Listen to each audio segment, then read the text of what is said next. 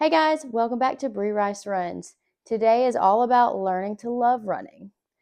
Yeah, you can learn to love running. Take it from me, I've been there. Maybe you're somebody that's out seeing your neighbors or your friends running on the roads or joining races and just seeming to have a good time. And you're thinking, how is that possible? Running is awful. I hate running. Well, guess what? I have been there.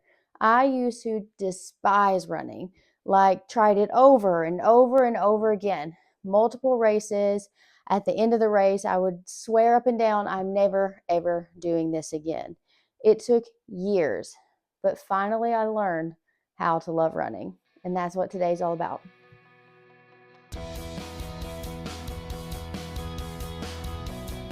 Okay, guys, my number one rule, it's a non-negotiable. Stop using running as a punishment. I know back in school, we had no control over that. If you played sports, you were made to run as a punishment at some point or another. I know. I've been there. And so, really, my thought process started early. I hated running because it was always negative. It was because we did something wrong and I hated it. Okay. Well, I carried that over into later in life and I started using running as a different form of punishment. So when I felt like I overate or if I felt like I ate something that I really shouldn't have, I would make myself run. So if I ate this and I felt like I ate too much, I would say, okay, well, I ate this. Now I have to run X amount of miles.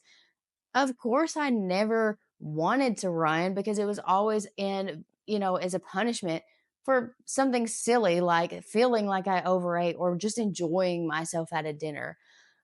I hate that I felt that way. Looking back now, I realize how silly that was. But, I still hear women talk about doing that today, and I'm sure men too.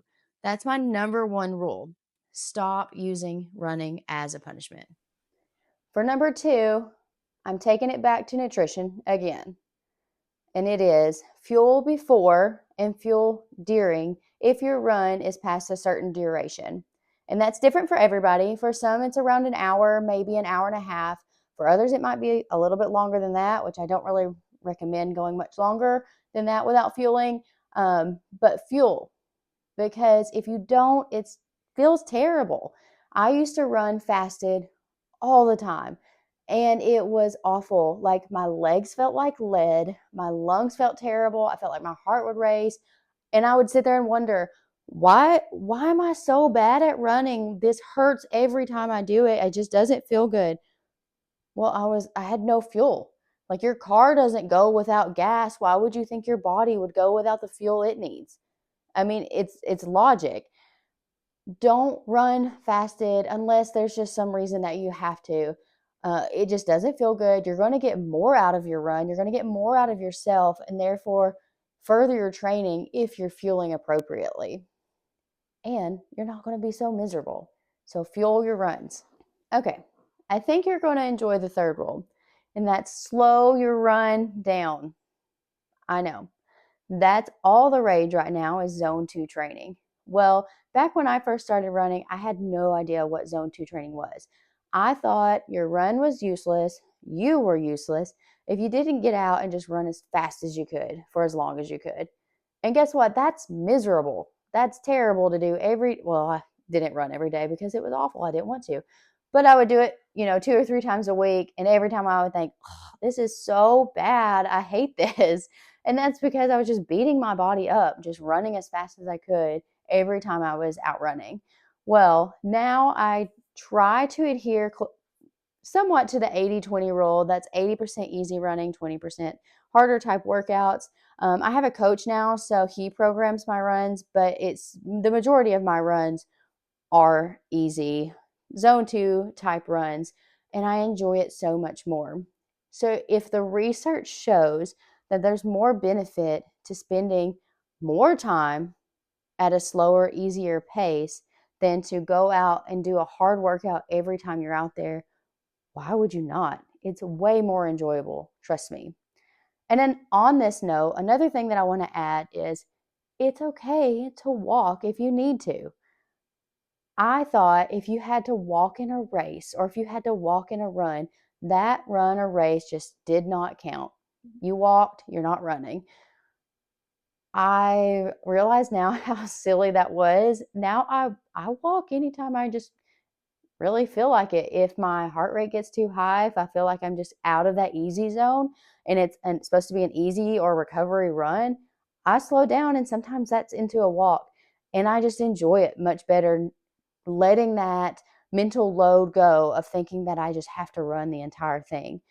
It does a lot for like my mental well-being while I'm running, and I just enjoy it more. So slow your run down. It research shows that it's more beneficial anyway, and it's just more enjoyable, guys. Number 4 is a quick point, and it's something that I have started that I'm just really enjoying. I used to never do this, but I run now when I travel. So if you're somebody that gets to travel every few months or, a few times a year, go out and run. It's the best way to see a new place or maybe even a place that you visit once a year, like the beach or something like that. It's a good way to kind of spice things up because let's be honest, running the same roads or the same treadmill day after day, week after week can get a little bit old. So maybe it's even not even a big trip, but just going to the town over or taking a quick day trip and getting in a run somewhere different just spices things up and makes it more enjoyable. Number 5 goes a little bit with number 4, and that's signing up for races. I used to be the person that would sign up for a race every few years. Of course, I've already said that's because I would swear off running and not do it again for months and years at a time and then sign up for another race. That's in the past. This past year, when I really started running consistently, I started signing up for more races. So I did a half marathon last January 2024. I had to take a quick break due to surgery. And then in the summer of 2024, I started running consistently and have been ever since.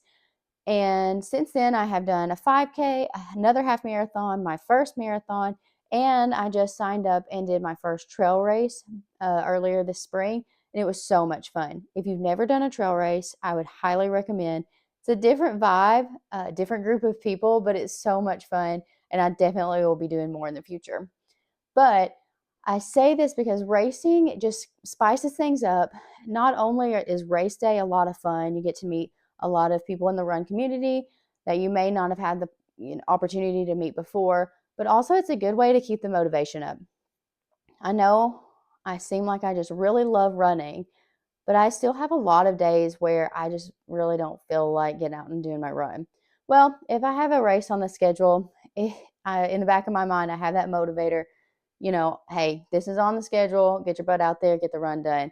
And that's really nice to have, especially if you have those days where you're just not really feeling it. So, number 5, get some more races on the schedule.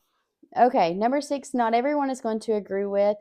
In fact, believe it or not, there are running purists out there that don't listen to things when they run. Yeah, not for me. I love listening to things. I love my podcasts, I love audiobooks, and I love my music. I know all you parents out there are sick and tired of listening to Moana 2. Don't get me wrong, it's a great soundtrack, but there's only so many times you can listen to Chi-Hu without it just being like nails on a chalkboard. So I save what I want to listen to for my runs. It makes my runs feel more indulgent. It makes it feel like me time. So whether you're a podcast person and you have that one you've been looking forward to, or you're right in the middle of ACOTAR or Fourth Wing, save that for your runs. It's going to help you look forward to it more. This next point is definitely a more serious, somber point, and it has to do with safety. Therefore, it's mostly directed toward women, but it can be applied to men as well. My advice would be to always run when and where you feel safe. I've tried to force routes before or force times of day just because it fits into my schedule and it's more convenient. But during those runs, I have this anxiety about my surroundings. And it definitely leads to this dread, and you don't look forward to your runs because it makes you more anxious and it's not enjoyable.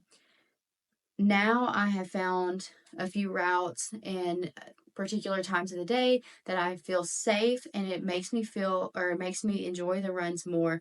The ugly truth of the matter is, anytime a woman laces up shoes to go out and run, she needs to be aware of her surroundings. where she's running, when she's running, and what all the potential hazards are. So if you do listen to my point previously, I would say to make sure you're wearing the headphones that allow outside noise in, or maybe just use one, but always be able to hear what's going on around you. And I think it's very important that women carry something that they could use if something were to happen. I usually always have pepper spray. I even have a taser that my father in law gave me. I don't always carry that, but if it's a run that I feel like I need to, I will. But the point is, I'm not going to enjoy a run if I feel like I'm constantly having to look over my shoulder. And for that reason, I have picked routes and times a day that I just feel very safe. And I would always, always advise you to do the same, not just because it's more enjoyable, but obviously for your safety. Lastly, I would say build a community of runners around yourself.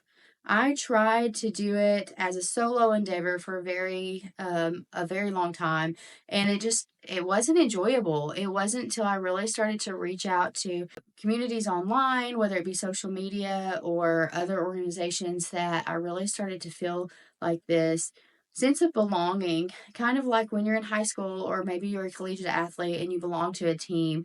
That's something that creates quite the void after that time period. And I feel like building communities, whether it be an online presence or in person, whether like a run club or a friend group or whatever it may be, gives you that back, which is really nice. I have recently found out that several of my friends were running quite a bit, and I didn't really know it until, several months ago. And that's something that we've talked about a lot. We look to each other for support.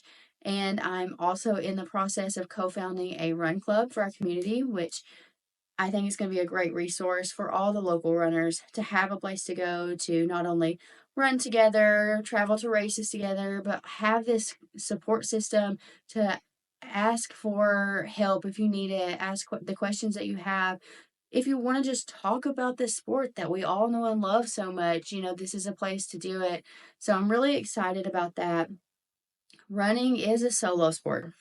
It is, but it's very nice having this community of people around you to give you that sense of belonging, and it just makes it a lot more fun. All right, everyone, those are my tips to help you not hate running. I, for one, hope you can find the love of running that I have found over the last year. As always, if you have a race this weekend, good luck. Happy running, everyone, and we'll see you next week.